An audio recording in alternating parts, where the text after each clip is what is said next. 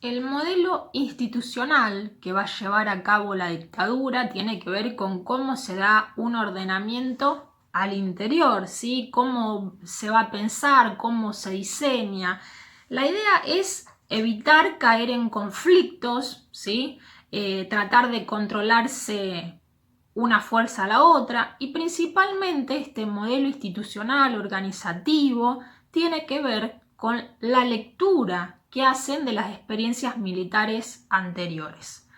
¿De qué experiencia principalmente van a hacer su lectura? De la experiencia de la Revolución Argentina del 66, que la toman como una experiencia negativa en algunos aspectos. Por ejemplo, la idea de la personalización del poder, eso genera problemas porque le da autonomía en ese liderazgo a la fuerza que esté reinando en ese momento y, como consecuencia, la poca integración del resto de las otras dos fuerzas, ¿sí? El problema, por ejemplo, de la personalización y de los liderazgos fuertes son el problema de la sucesión, ¿sí? Cuando se termina el mandato de ese líder, termina siendo como un salto al vacío. Fijémonos cómo entran en deterioro aquellas intervenciones militares cuyos líderes terminan por algún u otro motivo que, bueno, no vamos a desplegar ahora, pero esta es la idea, ¿sí? Los liderazgos fuertes tienen que ver con cuestiones negativas y el modelo institucional que se lleva a cabo va a tratar de evitar estas cuestiones para evitar los conflictos que se desataron en las experiencias previas, ¿sí? La idea que es otra de las ideas que tienen es evitar algunos inconvenientes que se tuvo en la Revolución Argentina. Por ejemplo, la idea de que la Revolución Argentina tenía que tener ciertos espacios de convergencia con las corporaciones, ¿sí? Como era el proyecto de Longaniato originariamente, algún proceso de mediación, de contacto corporativo. Fijémonos cómo la Revolución Argentina, cuando asume, tiene el apoyo, por ejemplo, de un líder como Bandor. En fin, esos vínculos, esas mediaciones que se pensaba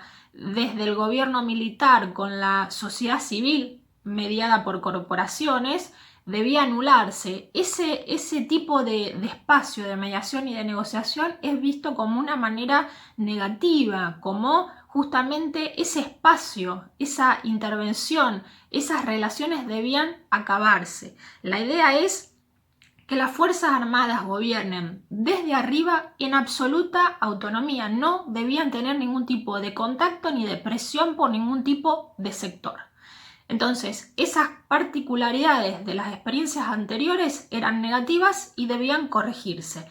También pensemos en la visión organicista que tenían las Fuerzas Armadas, no solamente las de la última dictadura, sino es una visión compartida, ¿sí? ¿Cuál es esa visión? Esta idea de pensar a la Argentina como una Argentina enferma, a una Argentina, a una sociedad imaginada como un cuerpo, ¿sí?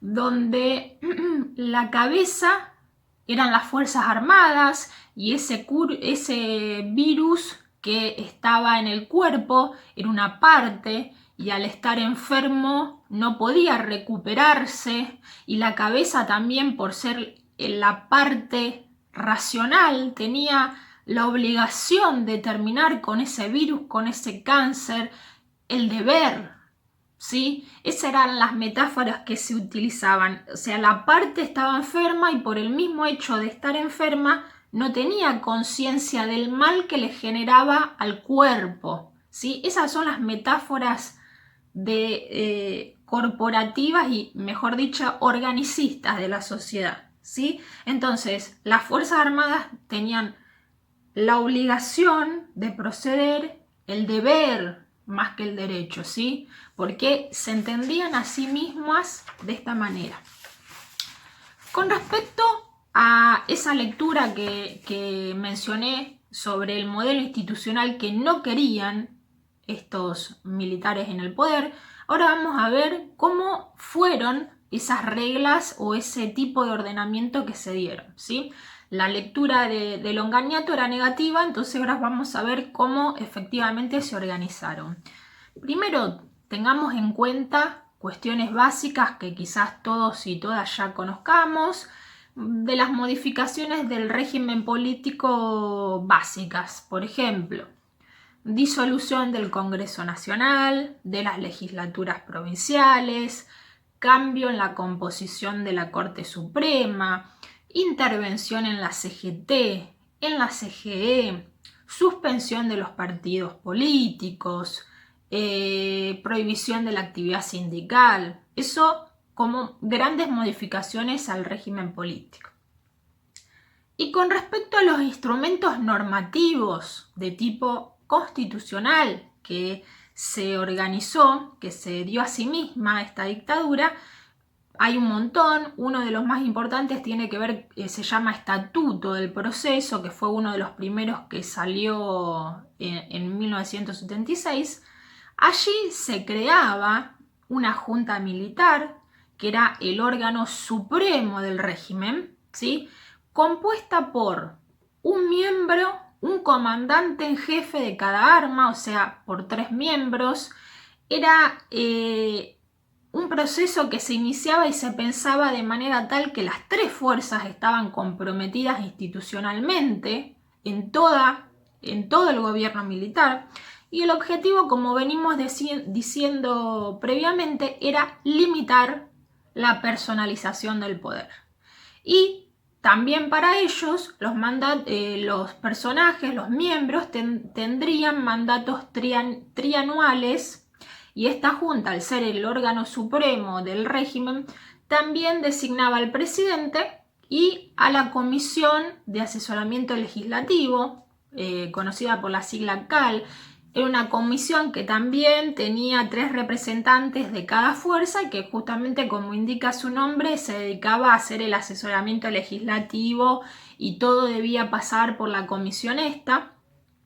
Y en el caso del presidente, que es la idea del cuarto hombre, viniendo a colación con estos objetivos de justamente designar una cuarta persona para evitar la personalización, ¿sí?, para también reducir, ¿sí?, las posibilidades de concentración de poder. El presidente era designado por la Junta Militar y tenía atribuciones como, por ejemplo, decretar, pero decretos reglamentarios, los decretos más importantes, que tienen otro nombre, no vamos a entrar en esa cuestión constitucional, pero sí los conserva la Junta Militar, que también la Junta Militar conserva el poder de veto, la declaración de estado de excepción, de guerra, es decir, de las atribuciones lógicas que todos conocemos del Poder Ejecutivo, las más importantes o las de mayor relevancia las conserva la Junta Militar. El presidente puede nombrar ministros, gobernadores, miembros de la Corte, pero siempre tiene que estar de alguna manera generando apoyo a los miembros de la Junta Militar, ¿sí? En este sentido, tenemos que pensar que hay una junta militar que tiene el poder de veto, y hay un presidente que, si uno se pone a fijarse en sus atribuciones, queda mayormente debilitado frente al peso de la junta militar, ¿sí? A su vez, quería comentarles que toda la burocracia estatal y todos los controles que se empiezan a hacer ligados a, bueno, la censura, a justamente tener una fachada de normalidad y un control sobre la propaganda, sobre los medios de comunicación, etcétera, etcétera, se reparten de forma proporcionada, digamos, entre las distintas fuerzas. De esta manera, ministerios, qué sé yo, radios o empresas públicas, en el directorio también que había miembros militares, se empiezan a repartir con este criterio, ¿sí?, de alguna manera ciertamente equitativo, proporcionado, equilibrado, ¿sí? Se supone que, al haberse dividido toda esta distribución de espacios, la idea era evitar los conflictos, ¿sí? porque justamente ellos leen los problemas de los conflictos entre las fuerzas en las experiencias anteriores. El resultado que vamos a ver es que esos conflictos que se desatan naturalmente se van a terminar trasladando a la junta militar, ¿sí? No se van a terminar evitando porque se dividan. Sí, lo que dicen los estudiosos de la materia, principalmente, bueno, constitucionalistas y los que estudian la obra de ingeniería de estos instrumentos normativos, hablan de algo muy rebuscado, de, digamos, una cosa bastante despelotada más que organizada, ¿sí? Bastante sometido todo a reglas muy difíciles, ¿sí? Es una obra de ingeniería institucional bastante difícil y muy precisa de poder, pero de alguna manera es una cuestión institucional bastante ardua, ¿sí? Entonces, para aclarar, la junta militar tiene el mayor peso.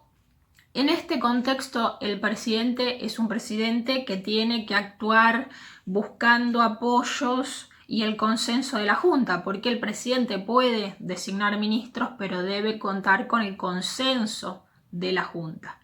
Yo mencioné que el presidente, esta idea del cuarto hombre, tiene que ser distinto a los miembros de la junta. Pero bien saben ustedes que la primer junta militar está compuesta por Videla, Macera y Agosti, y también el presidente es Videla. Esta situación que rompe este principio básico tiene que ver primero con un espacio que gana el ejército, ¿sí? Porque, bueno, Videla es un general, o sea que en este sentido la continuidad de Videla rompiendo este criterio o este principio tiene que ver a un avance, a un triunfo del ejército, y también se remite a una cuestión de excepcionalidad, porque se supone que la situación de excepcionalidad que era llevar a cabo esta guerra de antisubversión, se supone que se otorga este atributo y esta continuidad en el liderazgo de Videla. Entonces, esta mancomunión entre las fuerzas tiene su representación, su participación en el momento álgido, el momento dorado para los seguidores de la dictadura, que tenía que ver con la represión clandestina y la aplicación del terrorismo de Estado. Esto es una hipótesis que trabajan varios de los autores, que tiene que ver con que la lucha antisubversiva o la guerra sucia, como se llamó en ese momento, fue el elemento principal que permitió que ese modelo de no conflicto, de cohesión, de participación de todas las fuerzas se mantuviera. Es decir, que la guerra o la lucha antisubversiva fue lo que permitió que se amalgamaran, todas estas fuerzas, que se unieran en pos de la lucha antisubversiva, ¿sí? Y los años álgidos, los años donde fue principalmente el punto máximo de represión en relación a la cantidad de víctimas, es el año 76, 77 y 78. Son esos periodos donde se llevó con mayor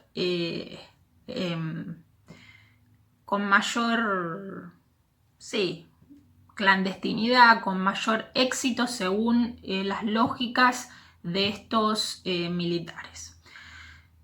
La metodología de la represión es bastante particular y en eso tenemos que hablar de un carácter inédito.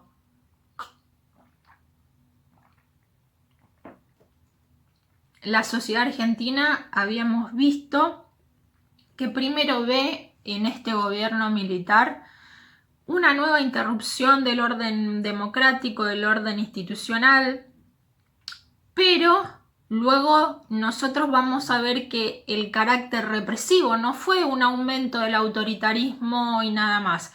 Estamos hablando de un componente inédito. Y allí vamos a desandar el porqué de esta cuestión novedosa. Por un lado, Hablamos recién de los cambios normativos, legales, que también tienen un tinte represivo, obviamente, prohibir partido político, huelga, sindicalismo, en fin, eso tiene un carácter represivo de una normativa legal. Sin embargo, el terrorismo de Estado que se llevó a cabo tiene que ver, además de lo legal y de la participación de instituciones públicas, estamos hablando ahora de una pata clandestina, ¿sí? De una estrategia clandestina de represión. La pregunta es, ¿por qué no alcanza, entre comillas, la represión legal? ¿Por qué las desapariciones y por qué la clandestinidad? ¿Qué es lo que le otorga lo novedoso al periodo? Bueno, por un lado tenemos que hacer hincapié en que los militares fueron asesorados por justamente el servicio de inteligencia norteamericano, francés. Recuerden, si uno busca la biografía de Videla, etcétera, van a ver que se van a estudiar a West Point, es decir, reciben mucha formación en el extranjero y toman las recomendaciones, como por ejemplo lo van a hacer en la aplicación de tortura, hasta qué punto se puede torturar para seguir extrayendo información, es decir, la formación es total por parte de estos miembros. Y tanto el asesoramiento norteamericano como francés le pone como la posibilidad de pensar la represión de manera clandestina y los educa para eso, ¿sí? Los forma. Por el otro lado, tenemos la experiencia militar previa más inmediata en el Cono Sur, que es la experiencia del pinochetismo desde el 73. Experiencia negativa para la dictadura, ¿sí? Porque en Chile se metía gente en un estadio de fútbol y se los mataba a plena luz del día, ¿sí? Y eso complicó mucho la situación del gobierno chileno por las denuncias de violaciones de derechos humanos, por las presiones internacionales. Eso también se tiene como un ejemplo negativo. Y el último de los elementos para pensar por qué sí a la clandestinidad por parte de estos militares tiene que ver con la experiencia argentina. Por ejemplo, ellos se planteaban, ¿y si los metemos presos, ¿sí? Blanqueados legalmente? ¿Qué garantía tengo yo de que no vuelva un gobierno democrático y les otorgue la amnistía como había sucedido en el año 73? Es decir, que siguiendo la lógica de estos militares, no quedaba otra salida que la clandestinidad por estas cuestiones que acabo de mencionar. ¿Sí? Y a su vez esta idea del exterminio físico, ¿sí? Sumándole a totalmente destrucción de pruebas, que eso también dificulta en el futuro la posibilidad de revisar lo actuado, ¿sí? Hablo también ya pateando la pelota un poquito para adelante. Son cuestiones que se tienen en cuenta no solamente en la aplicación de la justicia, en el advenimiento de la democracia, digo también en el ejemplo de los historiadores. Se ha dificultado mucho a principios de los años 80 en adelante, obviamente, reconstruir aquello pasado cuando todos los documentos públicos o están alterados o fueron rotos, secuestrados, etcétera, etcétera. Entonces, ¿cuál es la metodología? Es la clandestina.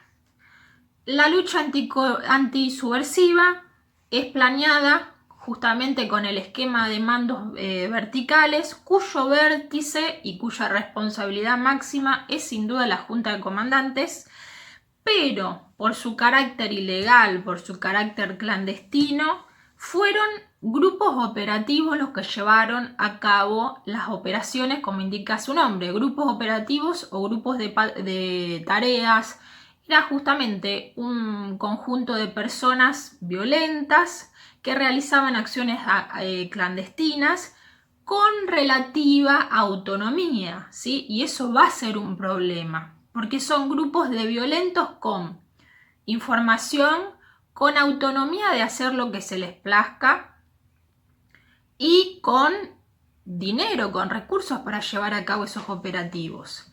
En el primer momento los grupos de tareas, cuando hacen las tareas, no es solamente un problema acá en Argentina, en general, siempre cuando se revisan los momentos de altos de represión, siempre se vigilan estos grupos o se estudian estos grupos que realizan tareas de manera clandestina, porque cuando bajan los momentos represivos hay como una mano de obra violenta desempleada que empieza a generar conflictos al interior de las Fuerzas Armadas. Y esto también va a ser un problema para el caso argentino, ¿sí? Estos grupos de tareas eran patotas de gente violenta, obviamente, que hacían operativos legales e ilegales. Los operativos ilegales identificaban obviamente un subversivo, un guerrillero, los secuestraban y los llevaban a chupaderos o centros clandestinos que podían ser, qué sé yo, comisarías, edificios o establecimientos militares o edificios que los adaptaban para tales hechos, y el objetivo era torturar, recaudar información para seguir haciendo otros operativos, ¿sí? Y siempre estamos hablando en un plano de clandestinidad, ¿sí? Y hablamos de la idea de un plan, de un sistema, lo que se repite constantemente, porque luego ustedes sabrán que cuando se intenta llevar a cabo el juicio y el castigo pertinente a estas personas, ellos aducían en muchos casos a errores, excesos o a estar obedeciendo órdenes, etcétera, etcétera. Sabemos que estos grupos trabajaban en la clandestinidad y con cierta autonomía. En ese momento era efectiva, fue efectiva en términos de sus objetivos, pero claro que iba a generar conflictos porque esta autonomía no respondía muchas veces al mando, ¿sí? Este plan sistemático tuvo este momento álgido, dorado, desde el 76 hasta el 78, ¿sí? Esto es lo que le da cohesión a las Fuerzas Armadas. Y cuando digo cohesión, quiero decir el momento dorado en relación a que no se plasman grandes conflictos al interior, ¿sí? Que hay acuerdos, ¿sí? Incluso podemos pensar hasta ejemplos horrorosos de las competencias que se llevaban a cabo en relación a la violencia ejercida, o sea, las motivaciones personales totalmente banales en relación a la violencia que se aplicaba en un operativo, cosas que si uno se pone a investigar se escandaliza, la verdad. Entonces, grandes acuerdos en relación a la lucha antisubversiva por parte de las fuerzas. ¿Cuáles son los desacuerdos? ¿Sí? ¿Por dónde viene el conflicto al interior de estas Fuerzas Armadas? Bueno, primero y principal, política económica, las consecuencias de la política establecida por Martínez de Hoz. Si bien no vamos a ahondar en la política económica porque ustedes tienen una clase en breve, sí. Otra de las temáticas que genera conflictos es la temática de las organizaciones, lo que tiene que ver con justamente las consecuencias de este terrorismo de Estado y el movimiento, la aparición de organismos de derechos humanos y las respuestas de la sociedad civil. Entonces, vamos a hablar de la excepción, ¿sí? De la primera respuesta pública, si se quiere, que surge de la sociedad civil, ¿sí? Que rompe la fachada de normalidad, que quizás no nos detuvimos a charlar, pero esa es la idea que los medios de comunicación, bajo control absoluto, intentaban desplegar, ¿no? Y entonces hablamos de un hito importante, conocido quizás por la mayoría, que tiene que ver con el sábado, digo sábado porque todos sabemos de las rondas de las madres de los días jueves, pero este primer encuentro se organizó un día sábado. Fueron 14 madres a la Plaza de Mayo, hablo del año 1976. La intención era de pedirle una audiencia a Videla que las recibiera. El objetivo o el reclamo de ella era la aparición con vida y algún tipo de información sobre esos hijos detenidos desaparecidos. esto era un reclamo totalmente en soledad, por eso hablo de la excepción, ¿sí? Esto fue un punto de partida y las madres estaban absolutamente sin ningún tipo de amparo, ni de compañía, ni nada que se le parezca, ¿sí? Esto es una excepción, son los primeros cuestionamientos, ¿sí?, al terrorismo de Estado, a los crímenes de manera pública. Cuento de manera anecdótica porque dije lo del día sábado y cómo se trasladó los jueves. Primero, bueno, por esas cuestiones de las casualidades que a veces aparecen en la historia, estas 14 madres, entre ellas Azucena Villaflor, que se convierte en una líder hasta su desaparición, coinciden, empiezan a hablar de juntarse la semana siguiente, pero que un día sábado no convenía porque no había nadie y no sabían si el presidente estaba o no en la Casa Rosada. Y entonces dijeron, no, vamos a hacerlo un viernes, ¿verdad? ¿Cómo vamos a hacerlo un sábado? Y una de las madres dijo, no, los viernes traen mala suerte, vamos a juntarnos los días jueves. Y de esa manera quedó estipulado los días jueves, y la anécdota o el símbolo o la anécdota relacionada al símbolo de las madres, que tiene que ver con el pañuelo blanco, justamente nos remite a la posibilidad que ellas se dieron de simbolizar su reclamo en relación a coincidir, coordinar, llevar todas un pañal y bordar el nombre de su hijo. En ese momento, para los más jovencitos, les comento que los pañales eran de tela, no descartables como ahora, y tenían esa forma media triangular, eran blancos obviamente, pero una de las madres dijo, no podemos llevar los pañales blancos porque allí no se puede bordar el nombre de nuestros hijos. Entonces terminaron pactando en llevar un pañuelo blanco con el bordado el nombre de sus respectivos hijos. De esa manera quedó de alguna manera este hito de los días jueves y de los pañuelos blancos. ¿Por qué hablo de un poco de esta excepcionalidad de las madres de Plaza de Mayo? Porque hoy en día todo el mundo alza la bandera y por ahí se quiere llevar aplausos que no les correspondieron en la coyuntura de ese momento.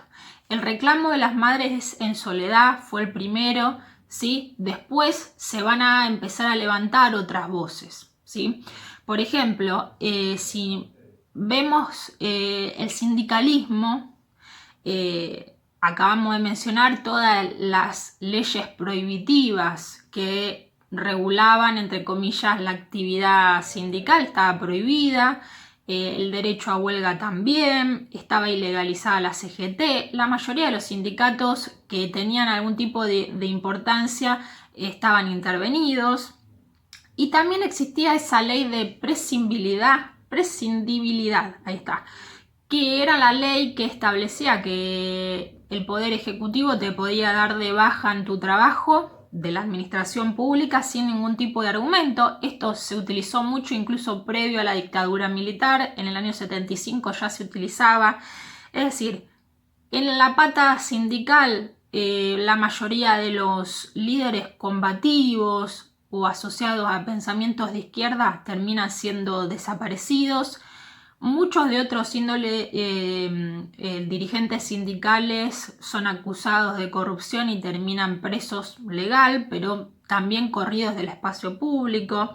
Y de alguna manera aquellos pequeños nucleamientos obreros que luego van a terminar normalizando la CGT en el 80 en adelante, se dedican directamente a una reivindicación, diríamos, básica de las condiciones laborales y de los salarios, porque pensemos que la política económica y la represión está absolutamente destinada a destruir la clase obrera, a disciplinarla, como hablábamos en el otro video, el objetivo de disciplinar principalmente a la clase obrera.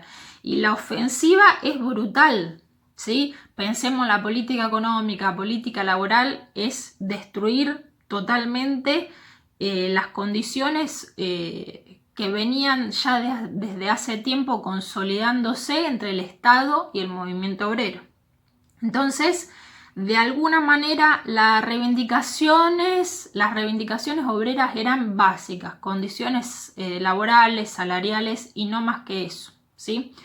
Por el otro lado, podemos pensar en los líderes o en los partidos políticos, también estaban ilegalizados, estaban prohibidos. Muchos, obviamente, dirigentes o militantes de izquierda, muchos se van al exilio, además de, bueno, el triste destino de la desaparición de muchos de ellos. Pero también hay que pensar que hay parte de estos miembros de partidos conservadores de las provincias, Partido Demócrata Progresista, son como una parte civil que termina participando en el régimen político, sobre todo en el momento de Viola, ¿sí? Y también tenemos que pensar que si hay alguna posibilidad de crítica de los líderes de los partidos políticos tradicionales, esa posibilidad pública de crítica no va a estar ligada a la lucha antisubversiva, va a estar ligada a las críticas de las consecuencias que trajo el plan económico, ¿sí? Por eso cuando hablamos de las resistencias o las respuestas de la sociedad civil frente a este gobierno militar, las madres son la excepción que critica esta política represiva.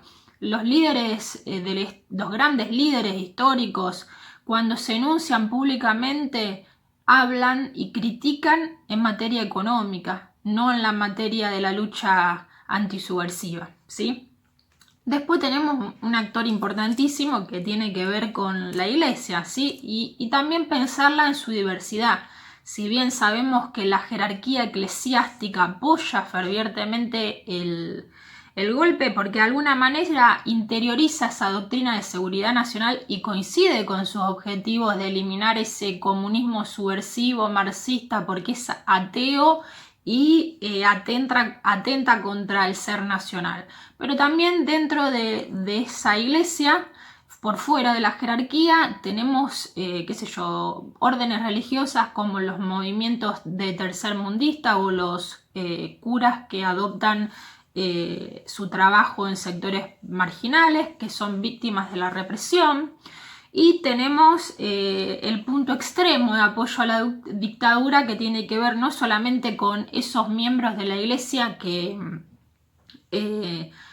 abiertamente dan misa a favor de la lucha antisubversiva, sino que llegamos a ver hasta los capellanes castrenses, que son aquellos que luego de un operativo o de una aplicación de tortura van a reconfortar y a motivar a esos militares que llevan a cabo ese daño, esa violencia contra otra persona, ¿sí? Y no me quería olvidar que también hay miembros de la iglesia, y acá podemos ver también la organización que luego tiene que ver con Adolfo Pérez Esquivel. Hay muchos miembros de la iglesia que acompañaron y que tomaron prestaron atención y su apoyo a las familias de detenidos desaparecidos. Es decir, tenemos que siempre ver las instituciones y los distintos sectores en matices, entendiendo la diversidad que tiene cada espacio.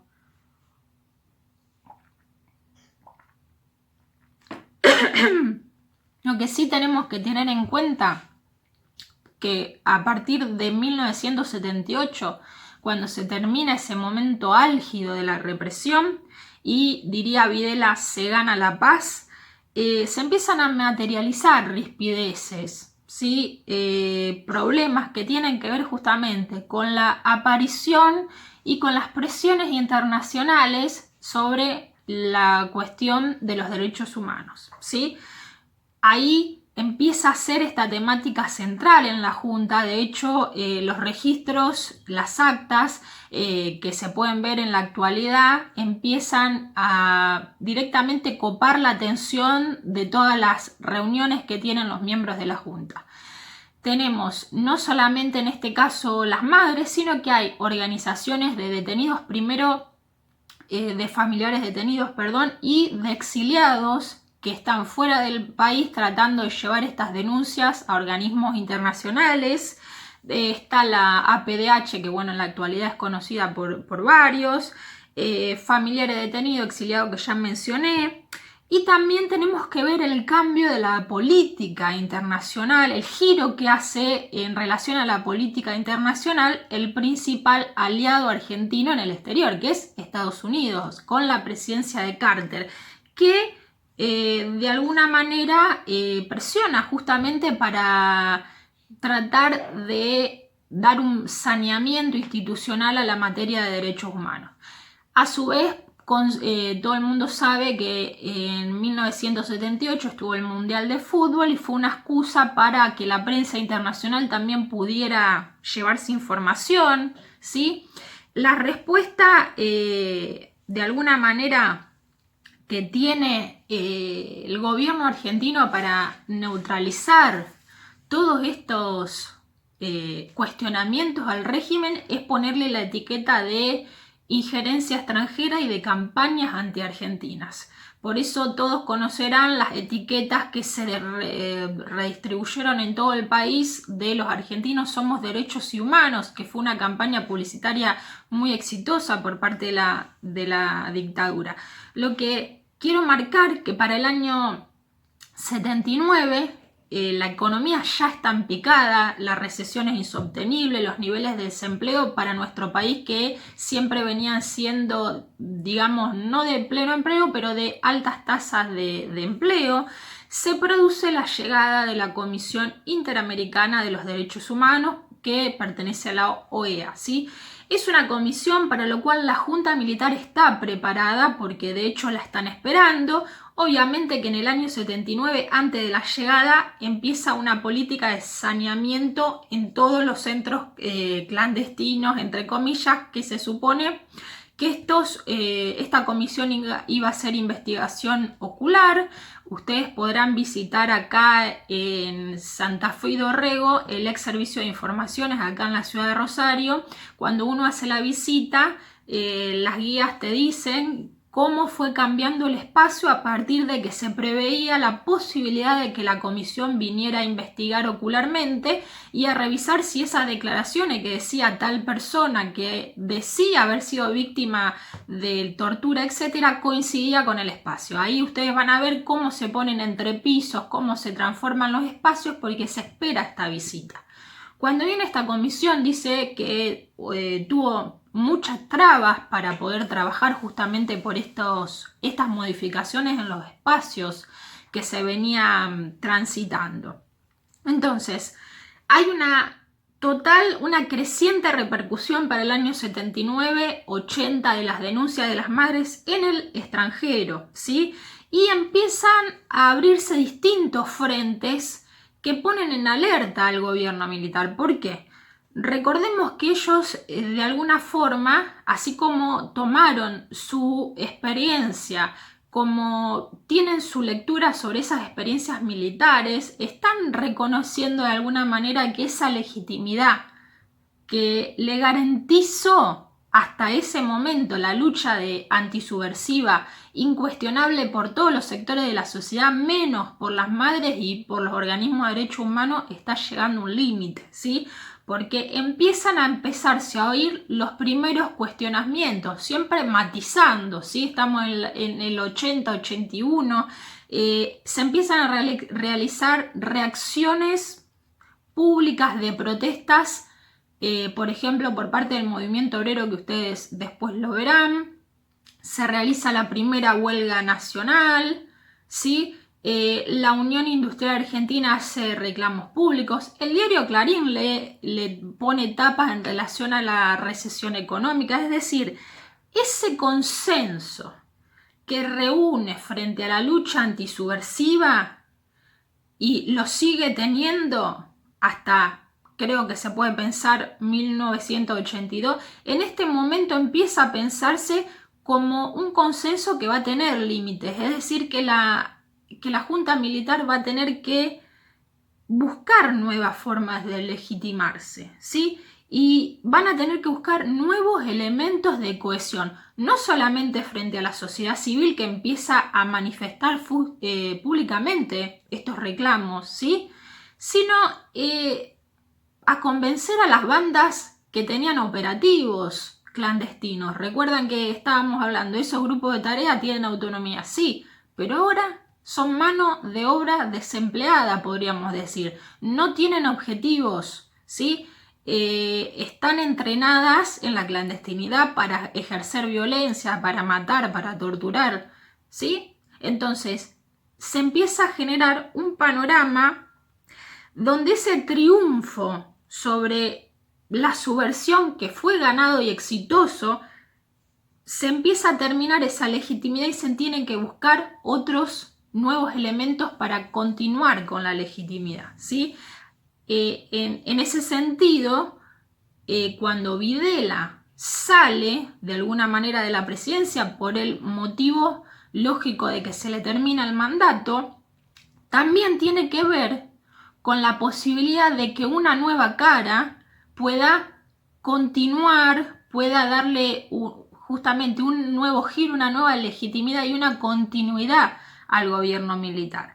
A todo esto, y se me está yendo el tiempo demasiado, pensar estos elementos, pensar en los las distintas miradas dentro de los militares, ¿sí? Porque después vamos a tener distintas posibilidades y posturas frente a una transición democrática o no, y frente a las consecuencias de la guerra contra la subversión. Vamos a tener que pensar en esos matices, ¿sí? Porque obviamente que esas bandas operativas dicen: nosotros ganamos la guerra, no vamos a permitir que nos enjuicie a nadie. Y Videla va a tener una postura más matizada, pudimos haber cometido excesos, ¿sí?